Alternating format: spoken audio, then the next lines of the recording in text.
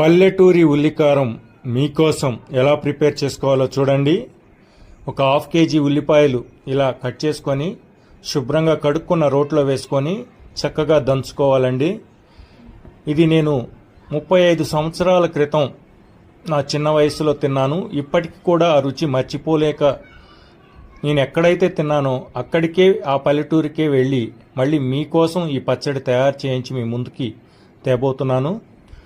అంత అద్భుతంగా ఉంటుందండి ఇది. ముద్దపప్పులో నెయ్యి వేసుకొని వేడి వేడి అన్నంలో కనుక తిన్నారంటే మీరు వద్దన్న వదలకుండా మళ్ళీ మళ్ళీ అన్నం పెట్టించుకొని తింటారండి. అంత అద్భుతమైన రుచిగా ఉంటుంది. దీంట్లో ఒక 50 గ్రాముల కారం వేసింది చూడండి.